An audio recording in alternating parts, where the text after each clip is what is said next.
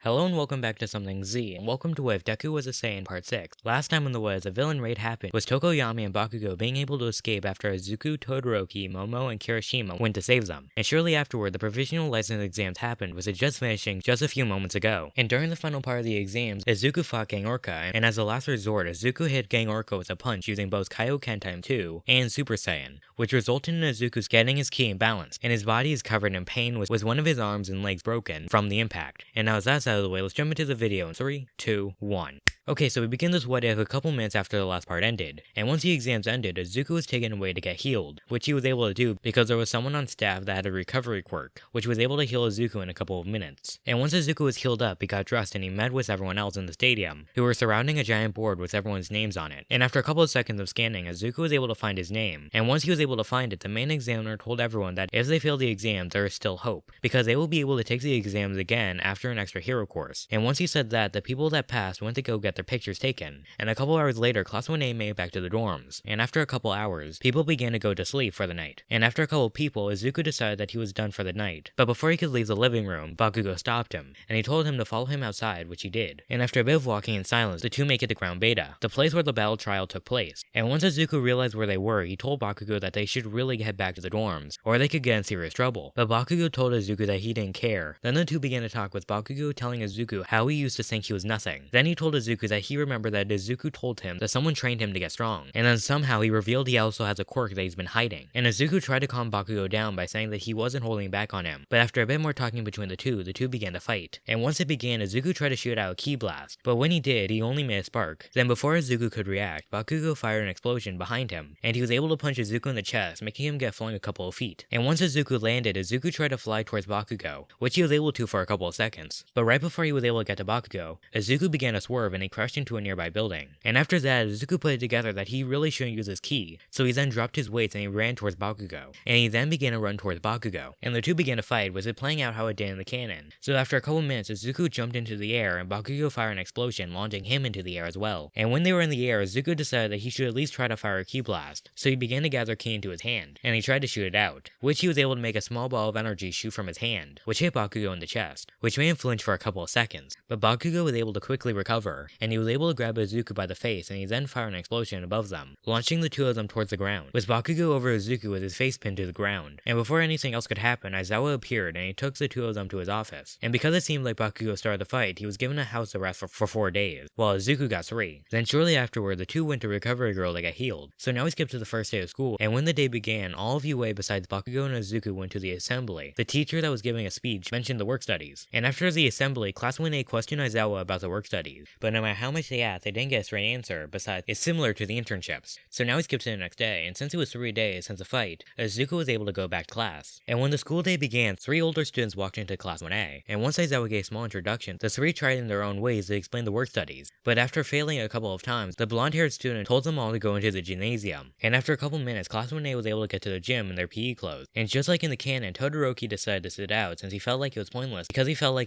to learn about the work studies now, because he failed. And once the class was ready, the fight began. And when it did, Miro's clothes phased through him, and a second later, Miro sunk into the ground. And wondering where he was, everyone in Class 1A began to look around. And after a couple seconds, Miro appeared right in front of Jiro. And before she was able to react, Miro was able to punch her in the gut, making her fall to the ground. And seeing Miro, the long-range fighters began to shoot out their attacks, but everything they fired at him just seemed to go straight through him. And before the melee fighters were even able to get to him, Miro was able to take down all the long-range fighters and a good amount of the mid-range. And after a bit of fighting, the only 2 people left standing were Miro and Izuku. And seeing that he needed to hit Miro was not just his fist, Izuku tried his best to shoot out a ki blast. But because Izuku was still dealing with a bit of the delayed onset ki disorder, Izuku's ki blast was a bit weaker than it should have been. But even if it was at full power, it wouldn't mean anything, because Miro was able to phase through the blast, and the two began to do hand-to-hand combat, with Miro trying to punch Izuku and Izuku dodging just barely, while still trying to figure out a way to hit Miro. But after around 30 seconds of this, Izuku was too slow, so he tried to block a hit to the gut. But Miro was able to phase through Izuku's arms, and he was able to hit Izuku in the gut, making him fall to the ground as well. And because everyone in Class 1A that participated was on the ground, Miro was declared the winner of the match. And once everyone got back to their feet, Miro gave a speech telling them that his quirk used to be worthless, and how he was dead last in the weakest link. But then he told them that he began to train like hell in order to catch up. And he ends the speech by telling them that's why he believes that the work studies are worth it, a way to turn experience into power in order to get stronger. And shortly after the speech, Class 1A goes back to their classes while the big 3 go back to their dorms. And while everyone was walking to the dorms, Nejire asked Mirio if anyone anyone caught his eye during the fight. And while they were walking into the dorms, Nejire asked Mirio if anyone caught his eye during the fight, and he responds by saying Izuku was interesting and he could be useful to Sir. So now we skip a couple of weeks, and by this point Izuku has gotten able to use his ki again, and while Izuku was eating, he was called to the principal's office, and when he got there, he was told that he was given an offer by the pro hero Sir Night-Eye for a work study, and hearing this, Izuku accepted the offer. So now we skip to the weekend, and when Izuku and Mirio got to the agency, Izuku was told about the Shia Zaikai, and the test Night-Eye gave Izuku doesn't happen because Night-Eye actually gave Izuku an offer. And shortly after Izuku was briefed on the Shia Zaikai, he and Mirio were sent on a patrol around the city, and while they were on patrol, Izuku and Mirio talked to each other about themselves, such as their quirks and hero names. And with this conversation, Izuku was able to learn that Mirio was actually holding back during the fight, because apparently he has another quirk similar to All Might's, and the fact that it's a power booster quirk. And after some time, the two come across an alleyway, but before they could pass the alley, someone ran out of the alley and they ran into Izuku, pushing him to the ground. And when Izuku was on the ground, he looked to see who pushed him, and when he did, he saw a small girl. Then the two look at the alley to see what she was running from, and after a couple seconds, they see a person start to walk out of the darkness. And when the person got close enough, the two were able to recognize him as the man Sir is after, which was Overhaul. And once Overhaul got into a bit of the sunlight, she told Eri that she was disturbing the heroes, and that she should hurry back to his side. But for the whole time Overhaul was talking, Izuku wasn't paying attention to him, and instead he was paying attention to the little girl that was in his arms, because he was able to easily notice that Eri's arms were covered in bandages, and she was visibly shaking. And seeing this as a good chance to get their target, Izuku began to get up, and he was beginning to raise an arm to shoot out a blast. But before he was able to fully raise his arm, Mirio put Izuku's arm down, and he told him that they should really continue on with their patrol. But after hearing this, Izuku still didn't move. He was still distracted by their target. So eventually, Overhaul says that he will explain everything if they just follow him into the alleyway. And shortly after he said that, he began to walk away. But before they could follow after him, Eri runs after him when she sees him start to take off a glove. And with the event being over, the two just continue on with their patrol. And when they get back to the agency, they tell Sir about what happened during the patrol. And when they were done explaining, Night-Eye got mad at Izuku since he would have ruined their whole operation if he actually went through with it. And he eventually said that he can't do whatever he wants since he's not strong like All Might. And shortly after Night-Eye's done lecturing Izuku went back to UA. So now we skip a couple of days, and once Izuku was ready, he began to leave to go to Sir Night-Eye's agency. And while he was leaving, Suo, Chako, and Kirishima were leaving to go to their work studies as well. And seeing this, the group decided to go together until they needed to split up. But after around half an hour, the group ends up at Sir's agency. And when the group walks in, they see multiple pro heroes and agencies, with some of them being Fatcom and his agency, Ryuku and her agency, Rocklock, some old guy Izuku somewhat recognized from the All Might fight against All for One, and their teacher Aizawa. And after a couple minutes of the pro heroes talking to each other, Sir decided that everyone that wanted to join has arrived. So he then led everyone into the meeting room. And when everyone was seated, the meeting began. And during the meeting, they discussed what they knew about the Shia Zaikai, and eventually they figured out that Overhaul is using Eri's blood to make the anti-quirk bullet. And when the meeting was done, the students were told to wait outside the meeting room so the pros could discuss classified information. And after a couple minutes, Aizawa walked out of the room and he went to the students. And he told them that he wants them off the mission because the League of Villains could be involved. But even if they were told that they were not allowed to go, they would still go. He told them to try their best, but to not be reckless. So now we skip a couple of days, and during those days, Izuku was training. And while he was training, Izuku decided that he should probably need something that wasn't just another power booster. So after the first day, Izuku began to skim through the book, and after a couple minutes of looking, he found something that could be useful to him, which was ki sensing, which allows Izuku to see another person's ki, which could allow him to detect someone through a wall, or just see how strong a person is. And after a couple of days, Izuku was able to get decent at reading ki, so he can see ki of a person clearly from at most 500 feet away. And a couple days after the meeting, Sir was able to get the information he needed. And once he got all of the info he needed, he called everyone from the meeting back to his office. And when they arrived, he told them where Overhaul was keeping Eri, and he told them that they will be going to the base the next morning. So now he skips to the next day, and when it was around 8:30 a.m., the raid began. And when it did, a police officer knocked on the front door and shouted that they have a warrant. But right after they said this, a giant villain burst through the wall and he launched some police officers. So Ryuku's agency went to fight the villain, while Sir Night-Eye's agency, Fatcom's agency, and some police officers ran deeper into the base. And when they got into the actual base, they got surrounded by more goons, which Bubble Girl and Centipede were able to distract, allowing the rest of the group to continue on deeper into the base. And the group began to run down a hallway. But after some time, the group comes across a wall. And seeing this, Mirio ran at the wall as fast as he could. And when he got to the wall, Mirio phased his head to the other side of the wall. And just like he suspected, it was just there to block their path. So Izuku then began to gather ki into his hands, and he began to rapid fire ki blast. And after around 5 blasts, there was a giant hole which was big enough for the whole group to go through. And once the group got through the hole, they continued to run. And eventually the group comes across another wall. And seeing this, Mirio ran straight through it, and he saw it wasn't an actual wall. Then he decided to keep going to get Eri as quickly as he could. And seeing this, the group increased their speed to try to catch up to him. But before they got to the wall, the ground around the group began to open up, making the group fall into a giant hole. And seeing this, Izuku was going to fly up. But because he knew Mirio was long gone, and that if he did, he would be alone, so he began to fly down, and while he was flying, he used his ki sense to try to find if there was any key signatures down below below. And after a couple of seconds, he was able to find 3 different key signatures, so he decided that it was safe enough. And when the group got to the bottom of the hole, there were 3 villains waiting for them, which Tamaki believes that he could handle on his own. And hearing this, Fat Gum forces everyone else to leave the room. And even though they were hesitant, they listened to him, so they continued on. And after a couple minutes, Mimic decides to attack Aizawa, so he launches a pillar at him that would have crushed him. But before the pillar could hit, Kirishima and Fat Gum pushed Aizawa out of the way, and in exchange, they got hit instead and they got pushed into a different room, splitting them from the rest of the group. And after a couple minutes of trying to figure out how to get them back, the group decided that they needed to continue on, so they began to run through the hallway again. And after a couple minutes of running, the group comes across more of Mimic's twisting hallways. And this time, Rocklock uses a special move to make the wall stay in place. And the moment Rocklock did this, Mimic began to shoot out walls, making the group split up into different rooms. And when the walls were placed, Izuku and Aizawa were trapped with each other. And seeing the new walls, Izuku began to rapid fire ki blast, and after round 5, Izuku stopped. And when the dust settled, there was now a giant hole, big enough for the two to go through. And when the two go into the next room, they see 2 different Rocklocks, with one on top of the other, with the one on the bottom having a stab wound in his side, and he was bleeding out. But luckily, Aizawa was able to see through the disguise, so he activated his quirk on the Rocklock on the top, which made his face begin to melt, revealing her as Toga. And once she was revealed, the 3 began to fight. But after a bit of time, she was able to stab Aizawa in the shoulder, which was only deep enough to spill blood. Then she was able to go into the room Aizawa and Izuku came from, and she hid behind the wall. And seeing this, Izuku ran after her as fast as he could. But when he got into the next room, she was gone. And seeing that, Izuku decided that he should forget about her for now, and that they really should continue on with their mission. So he then began to break down the walls, which led to the rest of the group. And after around a minute, the group was able to come together. And shortly after the group was able to come together, they began to run through the hallway again. But after a couple minutes, Mimic appeared again, and he began to sink the ground under the group. And when he began to do this, to the group's surprise, Toga and Twice began to rile up Mimic, and they believed that it was on purpose. And seeing that Mimic was somewhere in the area, Izuku activated his ki sense again, and after a couple of seconds of looking, he was able to find Mimic. So he flew to where Mimic's ki was, and he hit the ceiling as hard as he could, which made a giant hole in the ceiling, which revealed a piece of Mimic's real body. And seeing this, Aizawa activated his quirk, and that made Mimic's body forcibly deactivate, which made Mimic get pushed out of the ceiling and he began to fall. But before he hit the ground, Surge threw his high density seals at him, which made him pass out when they hit his head. And when he was knocked out, Izuku grabbed him out of the air, and shortly after the two got back to the ground, the group tied up Mimic. And when that was done, Izuku, Aizawa, and Tsunade continued on while the rest of the group watched over Mimic. And when they eventually got to another wall, Izuku just ran through it. And eventually when the 3 got to another wall, Izuku just ran through the wall. And with his strength and momentum, he was able to burst through, making a hole big enough for the 3. And when the 3 got into the new room, the 3 saw Mirio fighting Overhaul, with him already fused with his henchmen. And on the ground there was an anti-quirk bullet, and far away there was Eri, who was hiding behind a spike, wrapped in Mirio's cape.